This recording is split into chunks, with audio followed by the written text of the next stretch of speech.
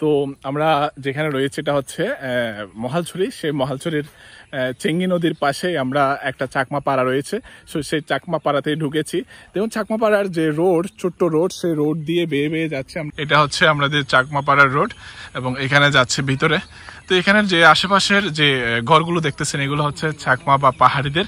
So ওরা যে কত কষ্টে বসবাস করে সেটা আপনারা না দেখলে বুঝবেন না, কারণ এখানের মধ্যে ইলেকট্রিসিটি পেতে অনেক কষ্ট।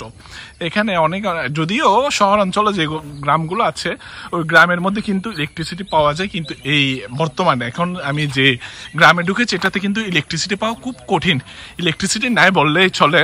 সো আমাদের যে গ্রাম, অর্থাৎ আমরা যে সমতল অঞ্চলে যারা রয়েছি, হ্যাঁ, অধিকাংশ গ্রামে মানে এমন কোনো গ্রাম নাই যেখানে ইলেকট্রিসিটি পৌঁছায় না। আমার যত মনের ব্যথা রইয়া গেল মনে, রাখিতে পারলাম না মনটা তোমার মনের শোনে, তবু তোমায় চাহে মন করিতে আদর, সাজানো রইল।